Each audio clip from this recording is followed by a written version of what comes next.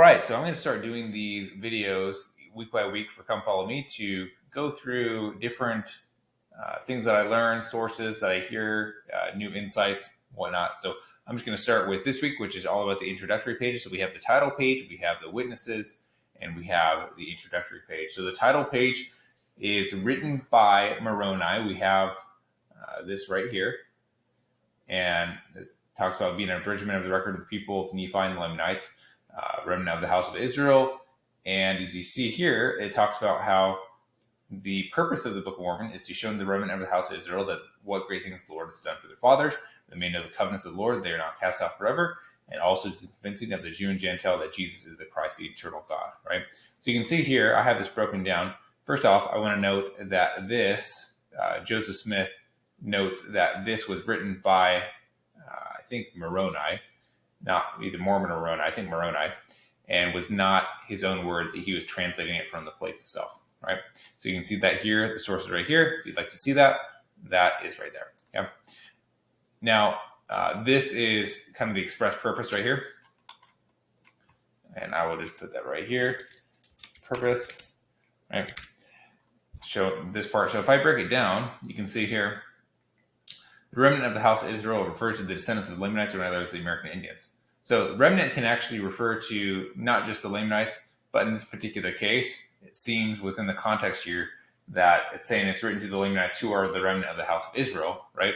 And also the Jew and Gentile. So this is kind of saying remnant is talking about Lamanites, and then Jew and Gentiles are separate people, right? So you can see here, when it talks about the remnant of the house of Israel, the purpose of the Book of Mormon defined is shown to the American Indians, which is the remnant of the house of Israel, what great things the Lord has done for their fathers, that may know the covenants of the Lord, that they are not cast off forever, right? And then to convince Jew and Gentile, which is basically everyone else, and basically the entire world, that Jesus is the Christ, the eternal God, manifesting himself to all nations. This is the one that we focus on a lot. Obviously, it's critical, but right here, this is actually important because you can see, interestingly, A, B, and C have little to do with most of us, as most people who read it are not Gentiles, right? They are Gentiles. They're not the American Indians, right? So only point 2 right here is for Jew and Gentiles. The remnant is referring to the house of Israel. Remnant of the house of Israel is referring to Lamanites. So the reason why this is significant is because in Joseph's day, they thought that the American Indians, they wondered if they were even human, to be honest with you. They thought of them as savages and wondered if they really belonged to the family of Adam, had souls, and were redeemable by Christ. In fact, you can find in the Declaration of Independence that they talked about, Thomas Jefferson actually used the word merciless Indian savages, right? And now, to be fair, some of the Native American tribes were savages, but the point was that a lot of the conversations in Joseph's day were wondering if these people, were really part of the family of Adam, if they were, had souls were redeemable by Christ. So you can see right here, these purposes right here clearly contradict and correct that, right? They say, no, you are, you're going to know the covenant, the things that the Lord has done for your fathers. You're going to know the covenants of the Lord, and you're not cast out forever, right? So the reason why historical context is important. All right, another thing you'll notice is there's a recap at the beginning and the end of the book. So the title page talks about covenants, Christ, and being spotless. If you go to one of the very last verses in the entire Book of Mormon, Moroni 10:33, it talks about covenants, Christ, and spotless. Now, this actually might make sense because the title page was actually written on the last leaf, I believe, one of the last leaves of the plates. And so, Moroni is probably wrapping up chapter 10, verse 33 obviously wasn't, dividing those chapters at that point. But he's probably wrapping up his words, and then immediately after he writes the title page, and then he's using kind of the same language that he used and right here on the title page, because, he's kind of teaching that same thought. So that kind of makes sense. So this is just saying that a lot of the authors of the Book of Mormon assume you already understand the basic covenant backstory, Abrahamic covenant, Mosaic covenant, Davidic covenant. I'm not going to go into that here. But you can see, these are the narrative backbones of the Hebrew Bible, and they constitute the essential backstory key portions of the Book of Mormon. For example, 1 Nephi 11-14, this is the vision of Nephi, where he has an angel showing a bunch of things, and then he later quotes Isaiah, because he says that Isaiah saw the same vision that he saw. And then immediately after he quotes Isaiah, he recaps his vision from 1 Nephi 11 through 14. And so we understand that Lehi, Nephi, Jacob, and Isaiah all say this, all saw the same vision. And then Jacob 5, of course, talks a lot about this, the branches, the allegory of the olive tree, and none of this makes sense if you don't understand the covenant backstory. So that's why you also kind of need to understand some of the basics of the Bible as well. Yep. So something that was pointed out as well is how Moroni seems to be the most insecure when it comes to his writing. So you can see in the title page, it says, if they're false, they're the mistakes of men. So don't condemn the things of God, that you might be found spotless at the judgment seat of Christ. And also in Ether 12, which is written by Moroni, he says, Lord, the Gentiles are going to mock us because of our weakness in writing. But he says, he talks about the awkwardness of their hands. He talks about our weakness and stumble because of the place in our words. You just notice that his voice is consistent throughout this whole thing. As he writes the title page and in Ether, he's like, I'm just concerned because, my writing's not very good, which is funny because when you read it, I think his writing's good. So that's that. But anyway, next we have the testimonies. We have obviously the 3 and 8 witnesses. Something that pointed out was that the 3 and 8 witnesses kind of act as the law of 2 witnesses. So if you read in the Bible in Deuteronomy, Matthew, John, and 2 Corinthians, it talks about how in the mouth of 2 or 3 witnesses shall every word be established. So even though there's 11 witnesses, this is in a way 2, because 1 is temporal, 1 is spiritual. So I thought that was interesting. Also, the Book of Mormon parallels the witnesses of the resurrection. If you notice, in the resurrection, there were 11 men, Jesus' 12 apostles minus Judas, plus 1 woman named Mary. In the Book of Mormon, there were 11 men, the 3 witnesses plus the 8 witnesses, plus 1 woman named Mary, which is Mary Whitmer. Very interesting. Mary Whitmer was, I believe, was the wife of David Whitmer or something, but she did a lot of work for household work when they were translating the Book of Mormon in the Whitmer home, and she was getting overwhelmed. And so the Lord in his mercy gave her a vision of the plates, and angel showed it to her as well. So consider, why would you... Okay. Something to also notice is that the 2 testimonies of the 3 and the 8 witnesses are very strong when you put them together, because if you put them, as you see here, if you only had the 3 witnesses, people could say, oh, they're deluded, they're skeptics, they were having hallucinations. And if you only had the 8 witnesses, you could say, oh, Joseph just made up some plates, right? But when you have both of them together, it solidifies it. Okay, we have physical plates, physical people actually saw them, handled them, and we have an angelic visitation confirming that it's from God. So the 2 hand-in-hand work together to complement and give extra veracity to the Book of Mormon.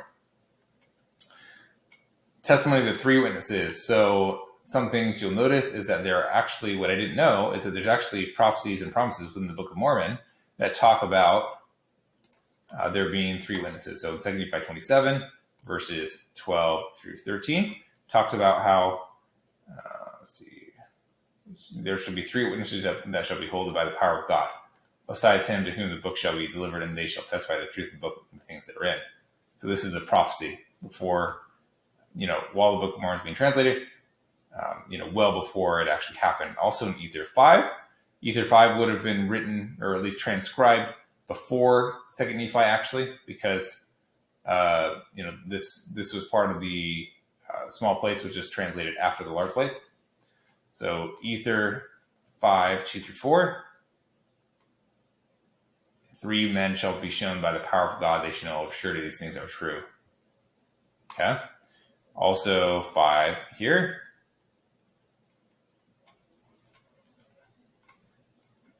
Testimony of 3 witnesses will I send forth by my word. This is in March 1829.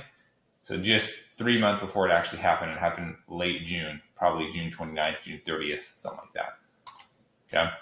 And then this also gives a promise. June 17th is an important one. It gives a promise that the 3 witnesses will see the plates and other sacred things. So you can kind of read through that here. It talks about them seeing the breastplate, the sword, Laban, Urim, and Thummim. Also, this was written in June, so it was about the same, just shortly before. and it gives them a promise. It gives the promise to the three witnesses that they will see the plates. So all three of them were deeply involved. Obviously, Oliver was a primary scribe for most of the text, and David Whitmer is brother-in-law Oliver. Oliver married David Whitmer's sister. I think it was Mary Ann or something like that. And so they were brothers-in-law. And he said that they not only saw the plates of the Book of Mormon, but they also saw brass plates of ether, and many other plates. You can see this here reference there. Yeah. He also refuted in Encyclopedia Britannica that claimed that he denied his testimony. He made it very clear that he and no one else had ever denied their testimony to the end. And he even said that, let's see here, Oliver Cowdery's last words were, "Brother David, be true to your testimony of the Book of Mormon." He was actually excommunicated from the church, and he never rejoined. And so it gives it extra strength that he never denied his testimony, even after being excommunicated for decades. In fact, on his gravestone, you can see here, he says, "The record of the Jews and the record of the Nephites are one, truth is eternal." So you imagine if he had it on his gravestone, it's probably pretty important to him. And then Martin Harris, just the day before he died, he had a servant that told him, just as sure, that basically had he was too weak to hold up his right hand, but he wanted a son, he wanted a servant to hold up his right hand and say this, just as sure as you see the sun shine, just as sure I am that I stood in the presence of God, an angel of God, with Joseph Smith, and I saw the place, the Urim and Thummim, and the sword of Laban, and I bear testimony that it's true, right? You can also see his gravestone here. Says he's one of the three witnesses. Now, the 8 witnesses, they don't have a supernatural testimony. Their experience is very much physical. We even have a piece of paper where one of the witnesses, we believe this to be John Whitner, transcribed characters from the plates. Now, most of the witnesses were Joseph Smith's family or the Whitmers. The rule is that the Whitmers pretty much fell out of the church. The Smiths stayed, but the Whitmers fell out, except for a couple exceptions. This is mostly due to David's excommunication. David and Joseph had some serious differences, which led to David's excommunication and never rejoining, as we mentioned before. And so a lot of them fell out of the church, except for, I think, 2 of them, but none of them ever denied their testimony. So that's that. And then last of all, on the introduction page, where it kind of gives an overview of what the Book of Mormon is. It's written by Bruce R. McConkie. I can put that here even. And it's been updated a couple times, or maybe one time, but it's had a few changes.